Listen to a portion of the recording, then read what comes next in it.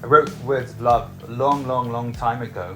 Most of the song is actually from sort of the same time as Deep Down on the main album, sort of in between the second and third Reuben albums, when I sort of wanted to do something a little bit more, mainstream.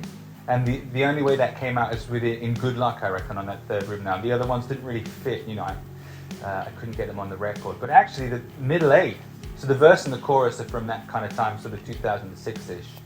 The middle eighth I wrote when I was in college, the bit of the piano bit in the middle, the really sad bit, when I was going through a particularly emotional period in college. I wrote that, and then, many years later when I came up with the verse and the chorus, I had nothing to go there. I dug back and I thought, I'm going to plug that bit in from college, see if it works. Works pretty good. And in college, I always thought, oh man, this would sound really dramatic with like huge strings. I didn't know anyone who played a string instrument. I just had this ambition. I could hear it in my head. Oh, wouldn't it sound so dramatic? So then when Basher Bartz, and played the strings on the recorded version we have now, it sounded exactly like I heard in my head when I was 16, 17.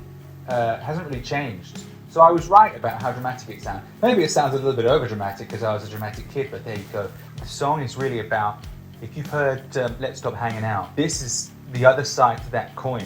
So it's about infidelity. In Let's Stop Hanging Out, the protagonist is saying, hey, look, there's been an infidelity, but let's deal with it like grown-ups. You can't just turn those feelings off. We have to deal with this because we still love each other, right? But in Words of Love, the protagonist does not understand, cannot get past it, and hasn't moved past it for years. And so this song is about exploring how that might feel to still be angry, to still be hurt, and to still be throwing blame on someone. Maybe for things that were their fault, It's interesting to have those two sides of the coin, especially when it's such an old song from a long time ago. So if you think it's got that sort of mid-noughties flavour, you are right, because it does.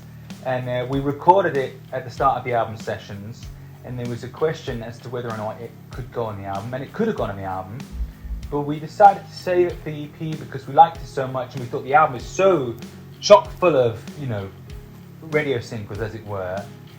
Let's save this real special one for the EP. So I'm glad it goes in the EP. Maybe the EP is a little bit more melancholy than the records, but I think it works really well. I think it's come out great.